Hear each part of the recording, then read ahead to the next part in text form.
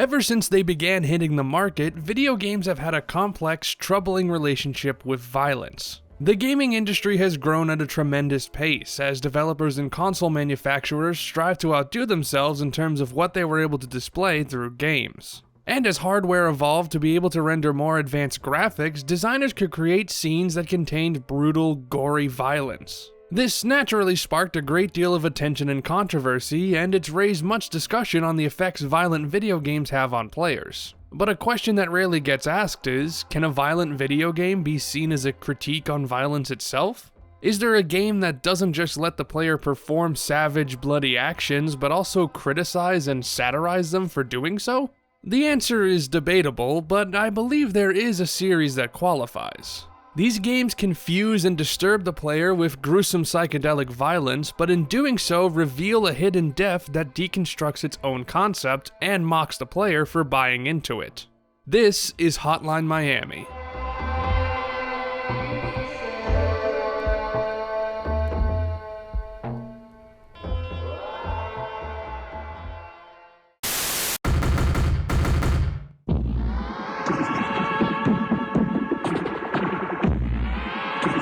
Video games have come a long way in terms of what they can depict, but one thing that has remained constant throughout their history is violence. Even when games weren't sophisticated enough to render graphic scenes, violence was still a core element of gameplay for developers to fall back on.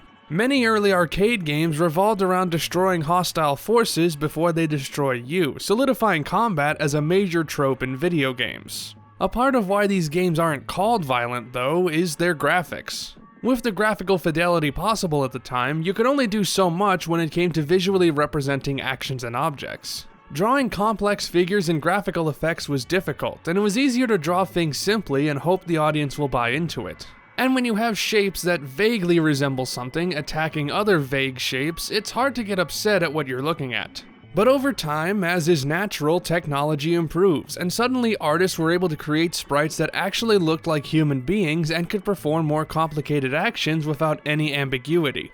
And on top of that, it was now possible to easily create visual effects for blood and gore that looked, for all intents and purposes, real. This did not sit well with many people, partly because they were worried that players who exposed themselves to video game violence would imitate those acts in real life. Home consoles were resurging in popularity in the late 80s and 90s, and many popular games contained copious amounts of blood and violence. That made it easier to put violent video games in front of a player than ever before, especially since content rating boards like the ESRB and PEGI hadn't been formed yet. Despite vocal opposition, protests, and legal action, video game violence didn't go away. In fact, it only got more graphic as time went on and developers began designing games with an intentionally realistic look. As games began to experiment with dynamic in-engine cutscenes and writers created darker storylines, the violence level was turned up to reflect the more mature visual and narrative design. By the 2000s, the brutal acts of violence once thought impossible to render were now commonplace, and for many gamers, expected.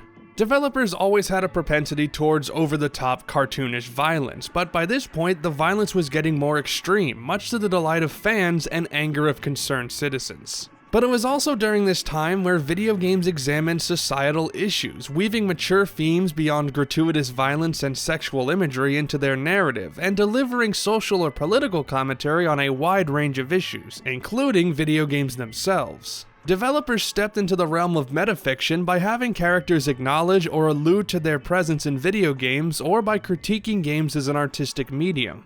This included games that tackled the issue of video game violence and how it affects both the person playing the game and the game's characters. Games discussed the impact that player agency had by crafting experiences where a player's decisions had a noticeable effect on the outcome of events, including what happens when the player went down an aggressive path. And in 2012, Hotline Miami delivered its own critique on violence by showing the player that their choices matter more than they realize, even though they tell you the exact opposite.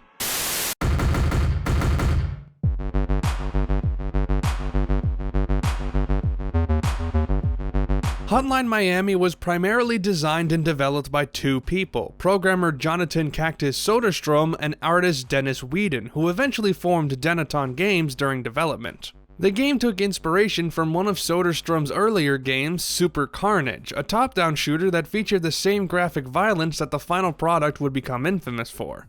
While Soderstrom had been making free indie games for a long time, Dennaton wanted to release Hotline Miami commercially simply because the two needed money, so the team partnered with indie game publisher Devolver Digital to release the game in 2012.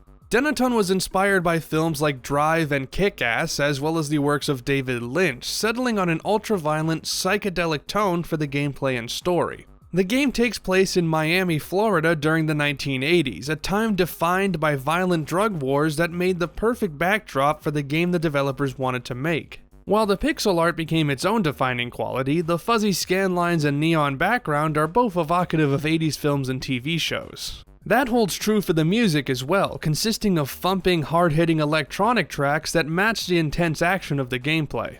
None of the songs are actually from the 80s, but they share an 80s vibe that suggests the decade while creating a style all on its own. Hotline Miami is not only brutally violent, but brutally difficult as well. The gameplay centers around trial and error, as dying is a common occurrence that doesn't send you back very far, encouraging the player to pick themselves up and try again. Players will repeatedly perform the same violent actions until they get it right, eventually desensitizing them to what they're playing through. This is all a part of the game setting up its commentary on violence, as Hotline Miami provides graphic brutality and purposefully ensures the player gets used to it, all so that it can shock and disturb the player again.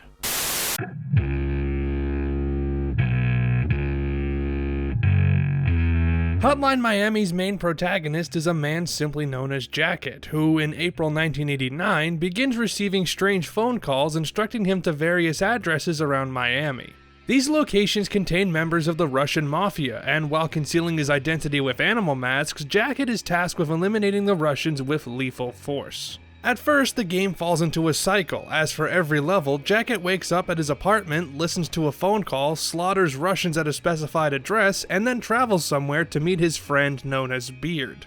Jacket will travel to either a convenience store, pizza place, video store, or bar, and oddly, Beard will always be working there, chatting with Jacket and offering him services for free.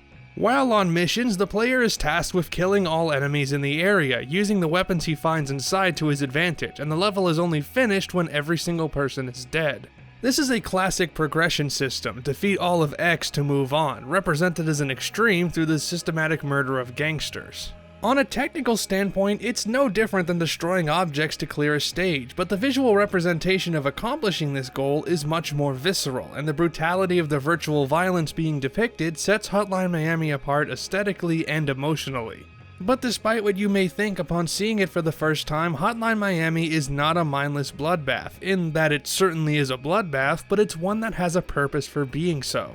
Hotline Miami intentionally attempts to desensitize the player to its violence, making the player fall into a routine where they don't need to think about what a kill will look like, they only care about how to initiate it and how to proceed afterwards. When you see the same Russian gangsters get killed in similar manners, it becomes something you accept and it doesn't bother you anymore. However, the game sets this up in order to knock it down, as at certain points the game confronts both Jacket and the player and comments on the violence the two are committing.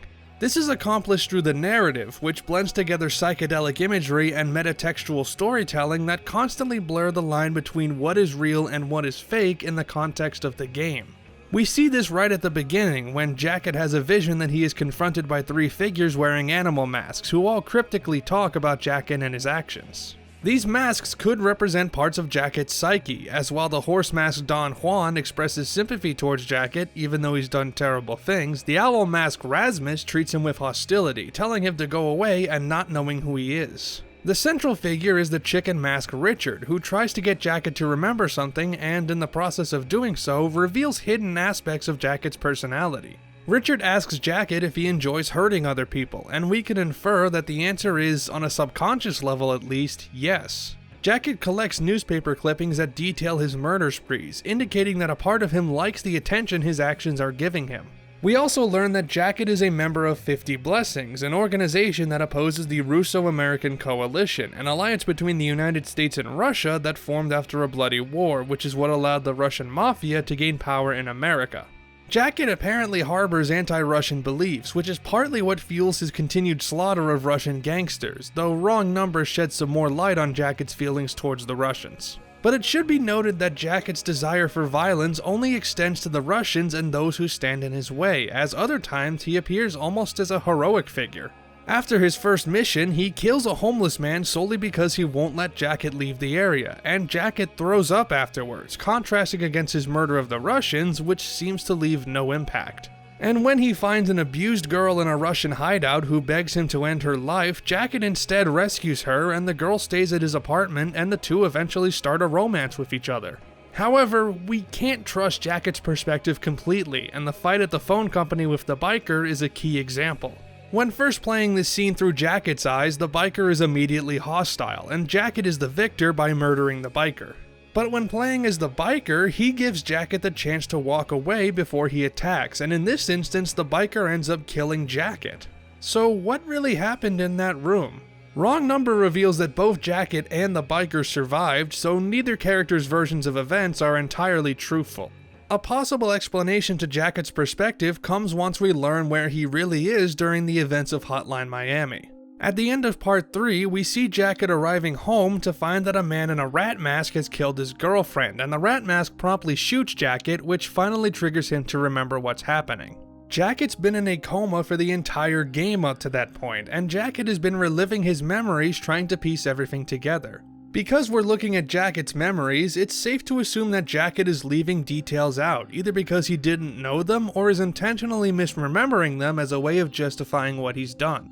That could be why Jacket sees the biker as an immediate threat and why he constantly sees images of Beard, whose fate we learn of in Wrong Number. It may also be an indication that Jacket is disassociating himself from his violent actions, similar to how the player might disassociate themselves from what Jacket does because it's not really them. But at some point, we need to accept that in some way, it is us. We can claim that we don't enjoy the violence, but if that's the case, why didn't we stop playing? Is it because we were desensitized to what was happening, or were we having too much fun to stop and think about what we were doing? The animal masks are not only a fundamental gameplay mechanic, but also a clever analogy for the player's unconscious or conscious masking of their own actions. We pretend to be other people, and we rationalize the actions we perform as them because it's just a game, the consequences don't matter.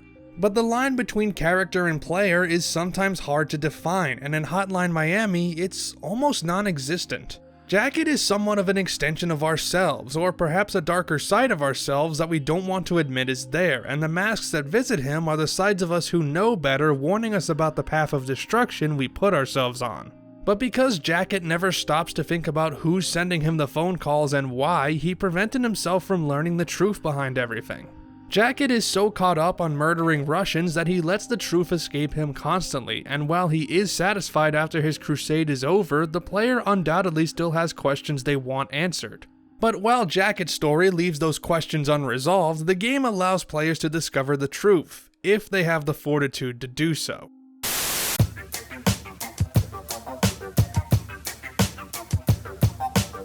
After Jacket's story is over, the game lets you take control of the biker, who's also receiving phone calls but has grown bored killing Russians and is looking for a way out while finding out who's sending the calls and why. He's begun ignoring missions either because he's uninterested or he doesn't want to deal with the heat, and these missions are then given to other operatives, including Jacket. The biker's story allows the player to figure out the truth behind everything, as his journey ultimately puts him in front of the bigger picture. That is, if the player can put the pieces together. In Jacket's levels, the player can pick up puzzle pieces that spell out the phrase, "I was born in the USA," and if you do this before you reach the final stage, the biker can hack into a computer to trigger an alternate ending. During the last level, the biker enters the headquarters of the janitors, the ones responsible for the phone calls, and if he hacked their computer, the biker discovers their plans. It may seem odd that the biker knows the password despite the puzzle pieces being picked up by Jacket, but it actually makes sense considering the game's themes. The point of Jacket's story is that he couldn't find out the truth because he was too consumed by his enmity towards the Russians, and even if he has all the pieces in the right order, it doesn't do him any good. But the player is the one putting the puzzle together, and the reward is for them, delivered through the biker as a surrogate. However, if the player doesn't hack the computer, then the janitors refuse to talk, instead mocking the player for getting this far without figuring everything out and insinuating that you were just in it for the violence. And if the player isn't dedicated enough to find all the pieces, that argument is hard to discredit. At the end of the day, Hotline Miami is a fun, adrenaline-pumping game with several hidden layers that players must make the effort to uncover. If you aren't committed enough to look for those layers and you just care about the high-octane gameplay, then the violence is all you get, and much like Jacket, you'll never understand the bigger picture. But the answers are there if you can look beyond the gameplay and pay attention to details hidden in the background that hint at the deeper story. It's all up to how you play the game and if you have the patience to put everything together, though even then, the answers are likely not the ones you want to hear.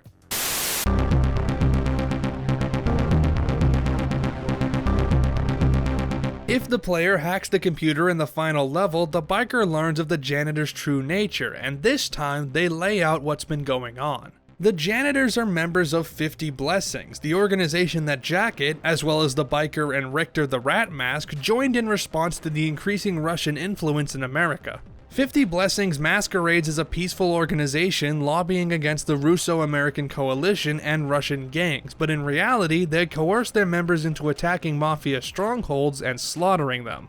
The janitors are the leaders of the Miami phone call operation, and while they call themselves patriots, their definition of patriotism is skewed beyond just having a love for their country. They see Russia as a major rival to the US and a threat to their way of life, and to them, the only way to stop the Russians is to eradicate them. While the janitors are only the tip of the iceberg, it isn't said just how far-reaching 50 Blessings is and what power they have at their disposal. We know that they have allies in powerful places and have the resources necessary to manage several operatives committing high-profile crimes, and we can infer that 50 Blessings is able to find all the info they need on a person to bribe them into doing their dirty work. But their primary method of recruiting people to their cause is by simply telling them to do it. All it takes to get them to participate is to direct them to a building containing Russian mobsters and telling them that failure isn't an option. 50 Blessings abuses the hatred of Russians and violent nature in its members to have them murder gangsters. They realized correctly that its members would slaughter the Russians if commanded to, and we, the player, are just as much a victim of 50 Blessings schemes as the characters in the game. The game tells us to kill Russians, so that's what we do. Even if we try to distance ourselves from what the characters do, they're just the vessel for our own actions. They might have held the guns, but we pulled the trigger. We are forced to succumb to violence in order to see the game's ending, and if we don't give the game what it wants, it won't proceed. Much like how if the characters don't comply with 50 Blessings, the organization will show them that there is no other way.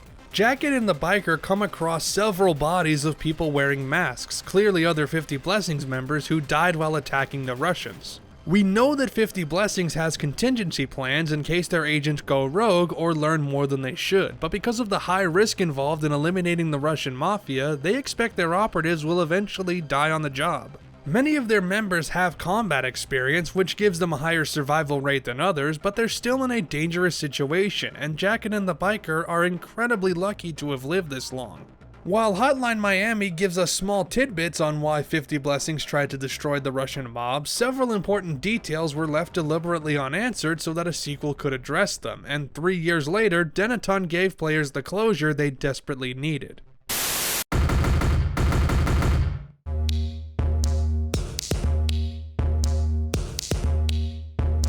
After the success of Hotline Miami, Dennaton released the sequel, Wrong Number, in 2015, delivering more of the brutal action players came to love and making it even bigger. Levels are much larger and contain more enemies, increasing the difficulty and putting the player in more intense situations. Dennaton also introduced a new set of characters players would control throughout the story, all of who play differently from each other and who were all affected in some way by the events of Hotline Miami. The developers knew they didn't want to make any more sequels, so they answered many lingering questions while delivering more context for the first game's events and wrapping up the overarching storyline. The game takes the confusing storytelling of the first game and dials it up to 11, as Wrong Number's story is presented in a deliberately perplexing way. Not only do you constantly jump back and forth between characters, but sequences are told out of chronological order, and the game often calls into question whether or not the events you're seeing are actually happening. Because of that, it's difficult to understand what's happening on your first playthrough, since you need to rearrange events and notice small details to comprehend everything. But once you put those pieces together, you'll have a picture of everything these games are leading up to, even if the picture isn't pretty.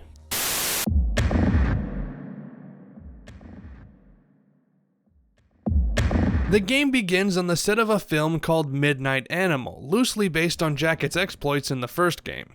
The movie centers around a serial killer known as the Pig Butcher, who wears a pig mask and murders teenagers at the request of phone calls. Midnight Animal is a controversial film because of its subject matter and how the filmmakers are taking advantage of a massacre for entertainment, a criticism that echoes real-world films that base their story on real events. Since the truth of 50 Blessings was never made public, the filmmakers can't connect the movie with the real reasons behind Jacket's murder spree.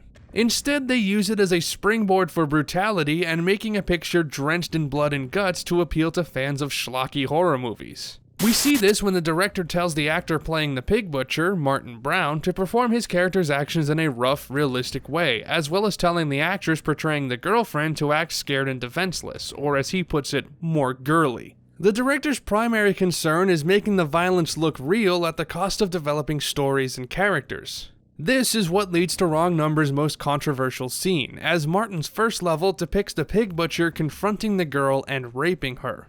The game makes it clear that this is not an actual rape, but this scene was intentionally added to make it stand out from the rest of the violence. When you play Hotline Miami, you get used to the constant gore that litters your screen, but during the rape scene, there is no blood. There's only the motions of one character assaulting another. It's a different kind of violence than what the player is used to, and that makes it all the more uncomfortable to watch. Rape is a terrible thing, and depicting it respectfully in fiction is incredibly difficult, but sometimes necessary. That's why it's important to view this scene in the proper context, as while it is unnerving, it has a purpose beyond just being visceral.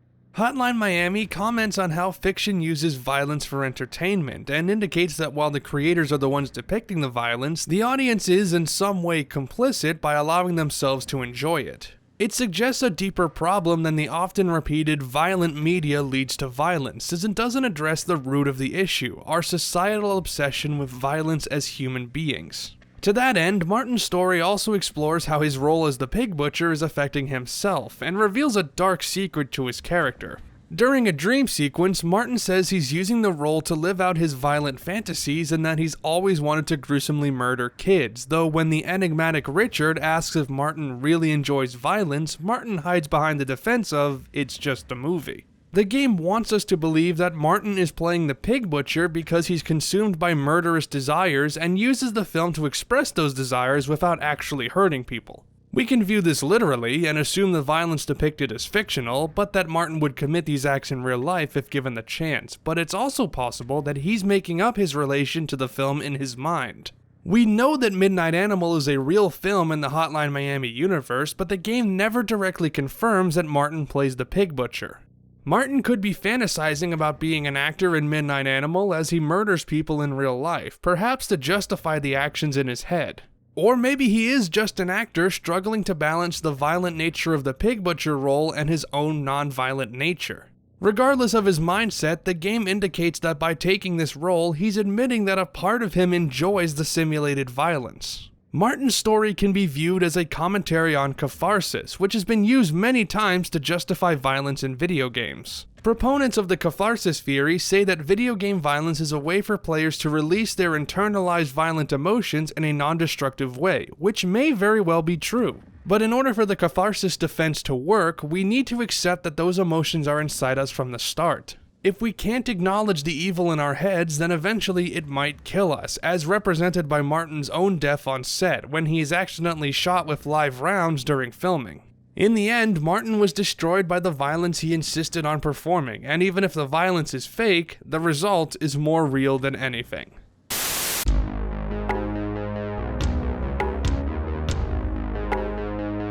On Halloween 1991, a group of young adults wearing animal masks sits at a party at their hideout, bored out of their minds. The group, known as the Fans, drives out to a local shop that's been taken over by a gang and viciously kills everybody inside.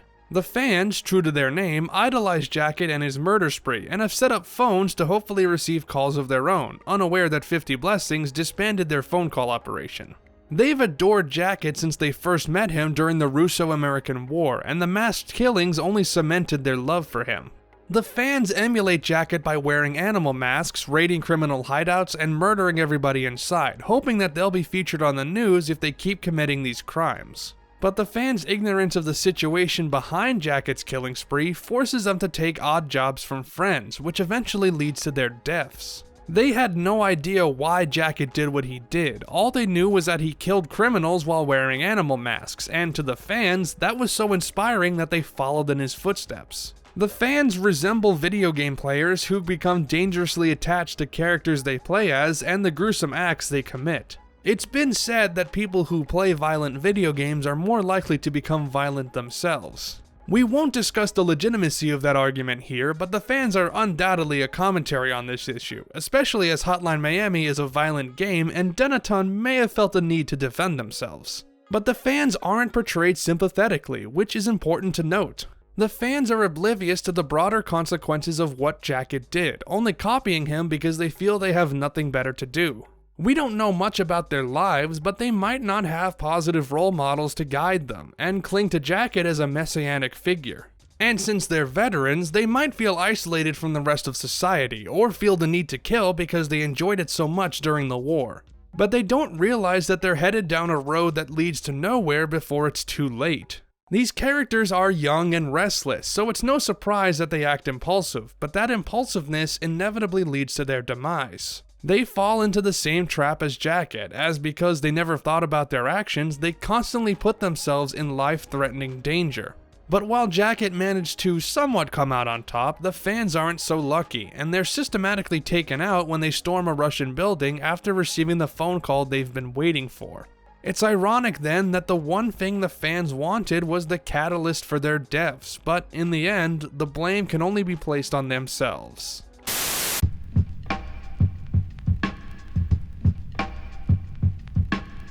In late 1991, Miami police detective Manny Pardo shows up at the crime scene of a murder performed by the Miami Mutilator, a serial killer who morbidly butchers his victims after killing them. Manny has been working the Miami Mutilator case for some time, lamenting that the murders are tragic, but that the press will be happy. When not visiting crime scenes, Manny infiltrates criminal headquarters, taking down members of local gangs and cartels single-handedly. Manny, at first, is the closest thing you could call the main hero in Wrong Number, as we assume he's clearing out gang hideouts because it's his job. As though he is mercilessly eliminating criminals, Manny does have a duty to protect the citizens of Miami. As the game goes on, however, the player is shown several details that indicate a much darker side to Manny that makes him possibly the most vile character in the game. Manny apparently has a history of inappropriate conduct, which is supported by him busting into criminal buildings by himself and killing everyone instead of arresting them. And throughout the game, we see him doing shady things that implicate him as a dirty cop, such as planting evidence at Alex's house and allowing his friend Evan access to classified police details. Manny also murders Tony when he attempts to surrender, believing he's just looking for attention and killing him to deny him that. It's also all but confirmed that Manny himself is the Miami Mutilator and is using his work as a detective to cover up his crimes. Not only does he visit every crime scene, giving him the opportunity to steal evidence, but his missions show he has no qualms about murdering people. Manny also kidnaps a young adult and ties him up in the back of his car, and this kid, named Jack, later becomes one of the Mutilator's victims. His final level involves him dreaming about committing a massacre at a police station after they find out his secret, and it ends with him getting shot before Manny wakes up in a disoriented state. And on a meta level, his name is a reference to Manuel Pardo, a real-life serial killer and former police officer who operated in Florida in 1986. Throughout his campaign, Manny often sees flashes of camera operators and movie crews, as if he believes he's being filmed. A lot of people use this to connect Manny to Martin Brown, and a popular theory is that they are the same person, but I think this just represents that Manny is looking for attention and uses his serial killings to gain notoriety. A lot of this is only implied though, and while the evidence strongly indicates that Manny is guilty, we never receive direct confirmation. Manny's scenario is a big mystery, since we can infer his true nature but aren't given a solid explanation as to how much of what we see is real. Much like Jacket, we can't fully trust Manny's perspective because a lot of it could be distorted by how he perceives his own actions. That leaves us with the question, who exactly is Manny Pardo and what exactly is he guilty of? Is he nothing more than a sociopath using his position as a detective to participate in bloody murders, or is he just a cop going to extreme measures to take criminals down, being framed as a serial killer? The storytelling makes it difficult to reach a definitive conclusion on who Manny is, and when Richard talks to him, he doesn't know why Manny does what he does, and Manny refuses to provide him with an answer.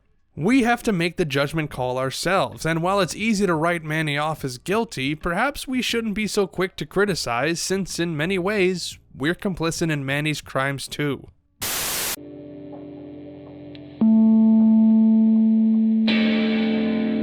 In April 1989, we meet Jake, a large boorish man who, judging by the Confederate flag in his apartment and his intense hatred of Russians, is a patriot in all the worst ways. Like Jacket and the biker, he receives phone calls instructing him to clear out Russian buildings, though he actively responds to the calls, at first with hostility, but later with gleeful acceptance. Jake's campaign is interesting because it seems at first to not be very relevant to the overall story. While Jacket finds Jake's corpse in Hotline Miami, Jake himself doesn't interact with any other major character and his story is disconnected from most of the narrative. And even though he eventually learns the truth behind the game's events, he's killed before that knowledge serves him any purpose. Many first-time players disregarded Jake as a throwaway character, but it's what he represents that makes him important.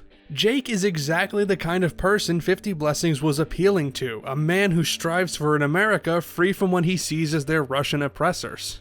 We never see Jake stop to think about his actions and their ramifications. He just knows that disobeying the phone calls means bad business and that by complying with their orders, the Russians will be wounded. And when he figures out that 50 Blessings is responsible, he's ecstatic because he wants to help them achieve their goal of American supremacy. In Jake's final level, after he's figured out 50 Blessings' scheme, he dies either at the hands of the Russians interrogating him or the 50 Blessings manager silencing him to prevent him from revealing their secrets. Either way, Jake remains steadfast in his resolve to serve 50 Blessings and help them put America, quote-unquote, back on the right track. It's assumed that every 50 Blessings member harbors anti-Russian sentiments, and Jake represents this to the extreme, justifying his jingoistic, ultra-nationalist views by hiding behind the shield of patriotism. He claims to have America's best interest at heart, but in reality, he's so resentful of Russian immigrants and criminals that he has no problem eradicating them violently. If Jake never connected the dots behind 50 Blessings, he could have been their perfect agent, as he would have continued to follow along until the end. But he failed to realize that what he knew made him a threat to the organization before it was too late, and he took that knowledge to his grave. He was blinded not only by his enthusiasm, but by his twisted love for his country and hatred of foreign invaders, and in the end, he was destroyed by the very ideals he held so dearly.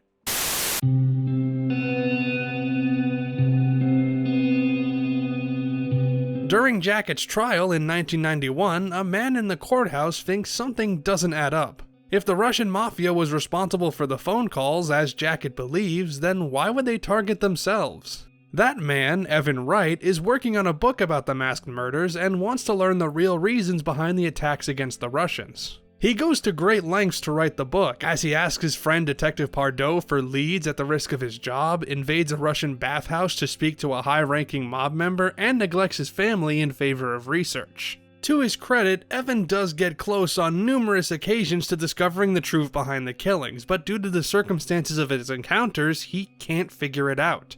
He meets the biker who went into hiding in the desert after Hotline Miami, spiraling into alcoholism, and either can't remember what he learned about 50 Blessings or never discovered their plans in the first place. And Evan will recover the 50 Blessings floppy disk from Jake's belongings if he took it, which contains the address of a seemingly abandoned office. This office appears to double as a bomb shelter, and Evan discovers a bunch of people inside sitting around a 50 Blessings logo with animal masks on. This could represent 50 Blessings' ultimate plan to survive the impending nuclear war that their campaign against the Russians will bring and reshape America in the fallout. This truth is standing right in front of Evan, but because of the animosity the animal masks show him, he isn't able to discern the full picture. Evan makes constant sacrifices in order to get his book made, and this suggests a connection to the players trying to grasp the full sense of what's going on in the game. Just like a curious player, Evan puts himself in harm's way to scrutinize over every detail and make sure no lead is left unchecked, and finding the answer becomes a sort of fascination for him. However, the consequences of Evan's constant attention to the book are substantial, as by the end, he's on the verge of losing his family after his wife and kids leave him. The player is forced to choose whether or not Evan spends the remainder of his time finishing the book or reconnecting with his family, and while the ending shows that this choice comes too late to save Evan from his fate, it at least allows the players to help Evan enjoy his last few days. While Evan does confront enemies in his levels, he can do so in a stealthy manner rather than full-on murdering them. Evan will simply knock out his enemies and unload any guns he picks up, and you can finish all of Evan's levels without killing anybody. But that doesn't mean that Evan is incapable of violence, because if he's pushed too far, he will let his inner rage take over and slaughter his enemies just like the rest. Evan has spent so long studying these murders that when he finds himself in a similar situation, he can't help but take the same course of action. The game doesn't encourage one playstyle over the other, meaning that playing stealthily and playing violently are both equally valid. The game gives you plenty of opportunities to keep your combo going if you play stealthily, and you're never required to go berserk, it just makes the levels a little easier. Really then, the only thing stopping you from playing violently is yourself. Do you want to try to complete these stages without killing anybody, or give in to the violence to beat the level faster? You're making a moral decision when you play as Evan, as you have the opportunity to avoid murdering anybody if you're willing to stick it out. The game doesn't punish you for taking either approach, so whether or not Evan devolves to the same level as these other characters is in your hands. Evan is willing to stoop that low because he'll do anything to finish his story, even at the cost of his personal safety and the safety of others, all to discover a truth that he can never understand.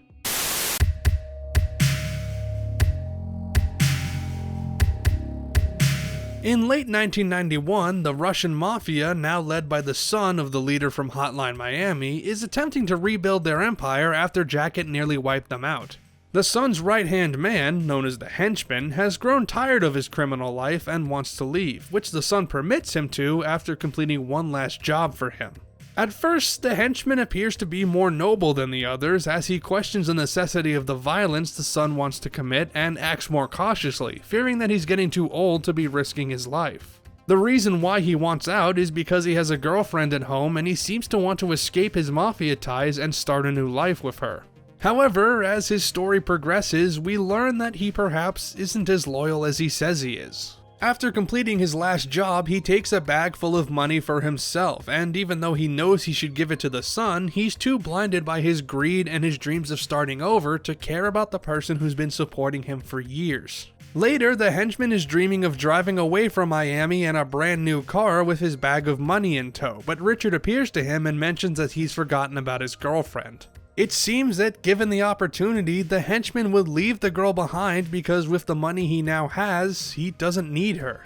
And his girlfriend has the same idea, as when he wakes up, he finds that she's fled with the money, causing him to fall into a drug-induced stupor. The Henchman didn't care about redeeming himself for his actions, all he wants is to escape, to be free of everything that's tormenting him.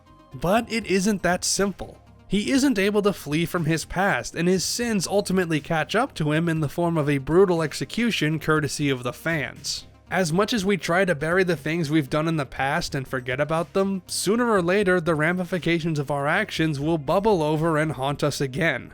But the Henchman is not the only one who tries to escape from what he's done, and while the Henchman fails in this regard, others prove that leaving your past behind is possible, if you leave it properly.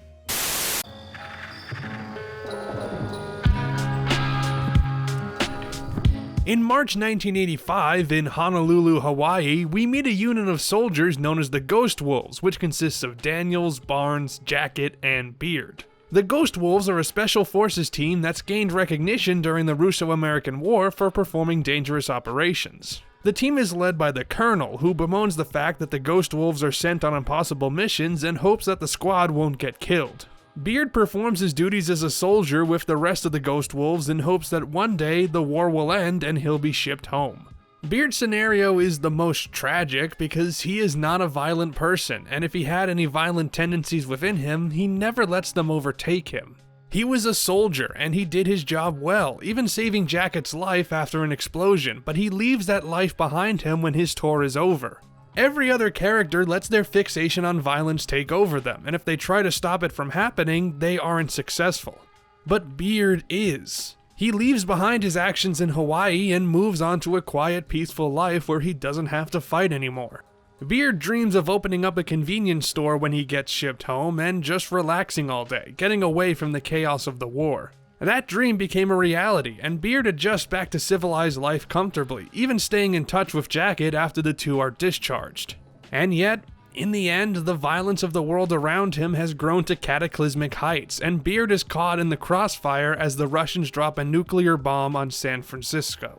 Even though Beard came out of the war without losing his grip on reality, because the rest of the world refused to do the same, he becomes a victim of their insanity and brutality. Through this story, we also gain insights on the events of Hotline Miami. We learn that Beard died years before Jacket began receiving phone calls, and can assume that his presence in Jacket's coma dreams symbolizes Jacket's grief over the loss of his friend. It's likely that Beard's death is what caused Jacket to join 50 Blessings and what motivated him to comply with the phone calls. And though Beard probably wouldn't have wanted him to do what he does, Jacket sees his actions partly as retribution for the death of his friend. We also see the origins of 50 Blessings through the Colonel, as it's implied that he is the founder of the organization.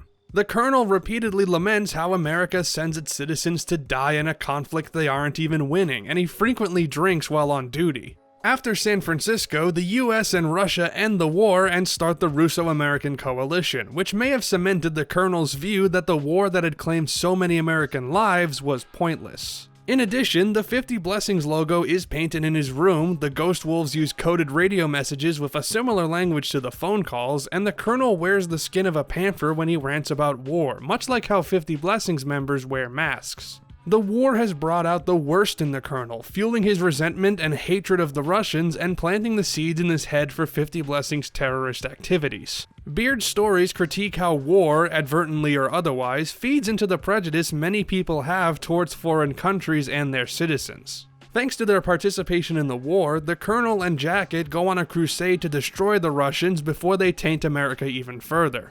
But Beard didn't care about any of that. He seems to harbor no grudge towards Russia after he went home, which makes his death in the San Francisco bombing all the more heartbreaking.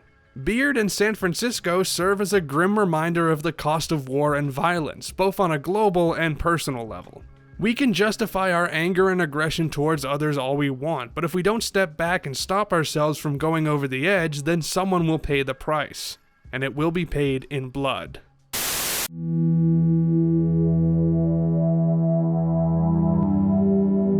Another returning Hotline Miami character is Richter, the rat-masked man who killed Jacket's girlfriend.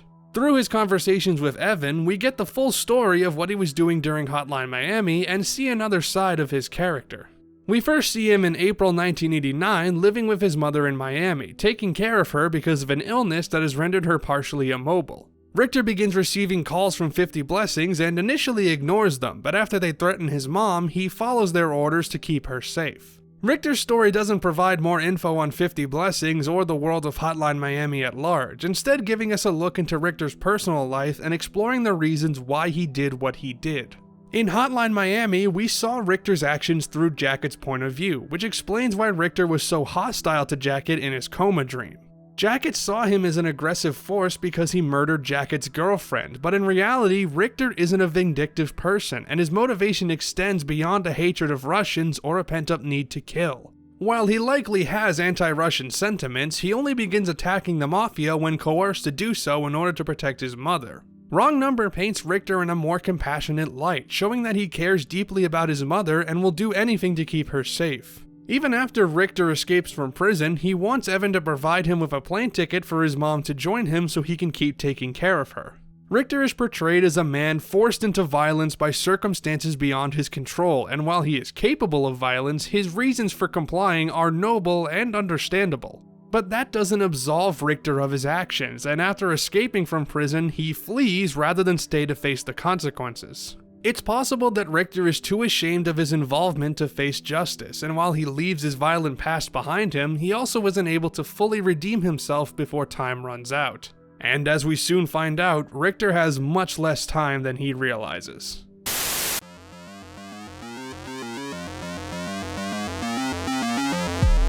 For the final chapter, players take control of the Sun as he attempts to bring the Mafia back to the top of the criminal underworld.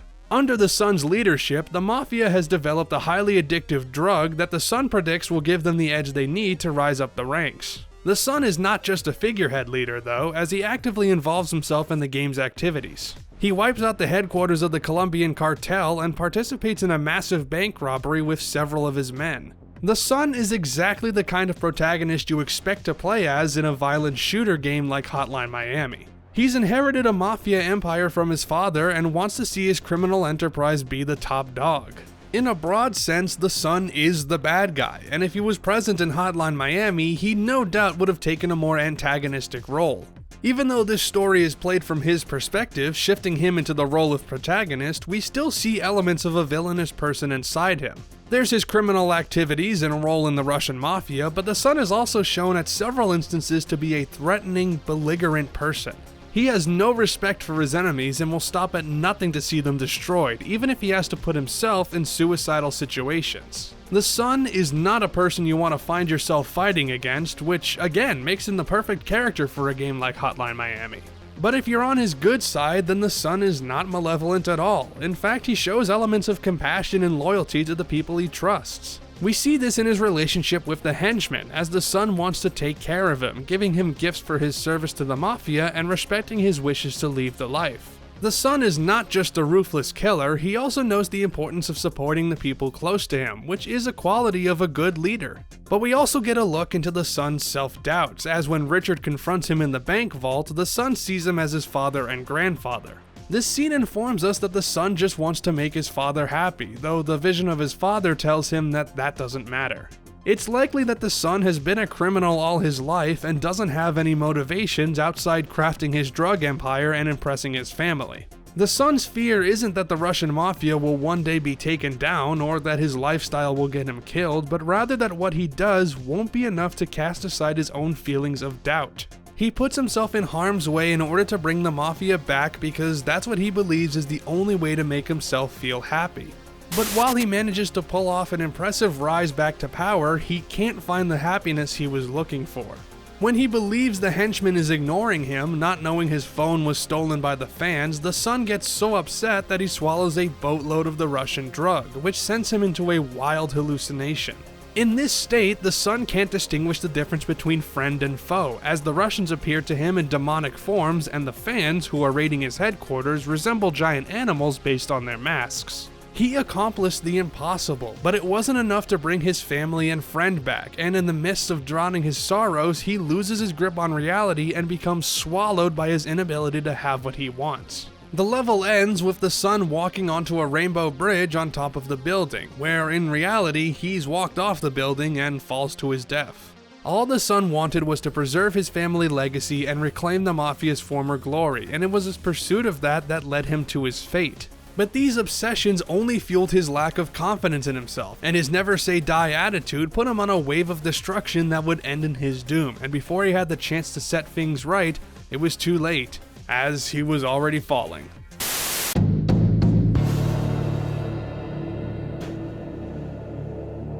When the game ends, we see Richter watching TV when it switches to a news broadcast that reveals the American and Russian presidents were assassinated in a coup d'etat presumably led by the Colonel. Richard appears and informs Richter that he can't escape his sins and that time is running out for everyone, and Richter, realizing there's nothing he can do, accepts his fate.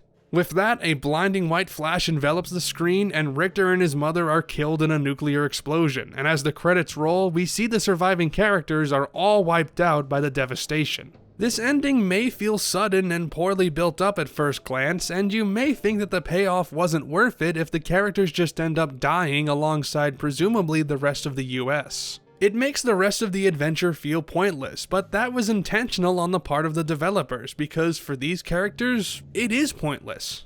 They may not realize it, but their fates are already set in stone before the game even begins, and nothing they do will alter their course. It seems to be a pretty nihilistic ending, but that conclusion doesn't take into account the whole picture behind the game, and when you consider what the game is trying to tell you, that theory falls apart. It's too easy to dismiss this ending as meaning that nothing mattered, because there is a large choice made that does have an impact, the strongest impact of anything you see in the game.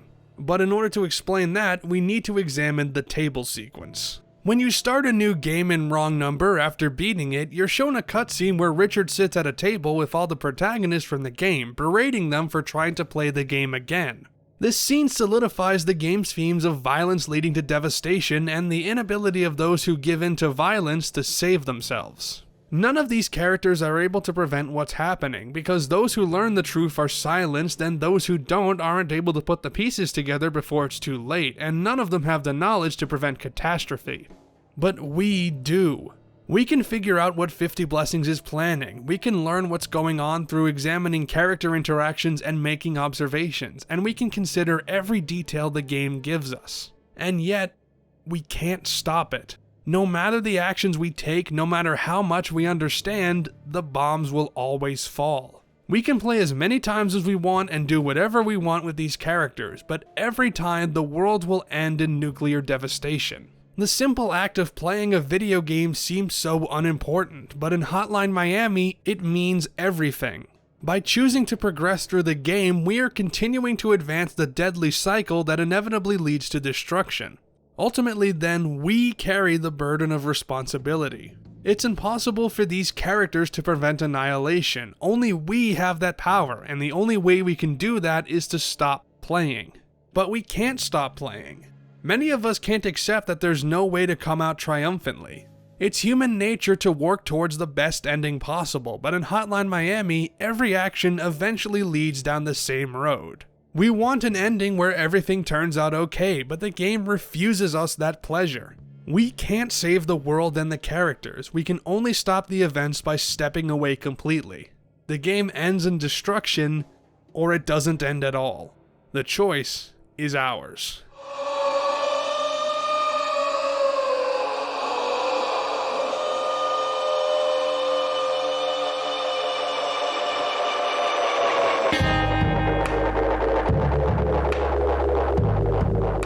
Hotline Miami's violence may seem to be just another in a long line of gory video games appealing to young players, and while this may be true, that's only looking at the surface. If you go beyond the visuals and gameplay and peel back the details hidden in the story, the virtual blood and guts takes on a second meaning as a representation of violence in both video games and the real world.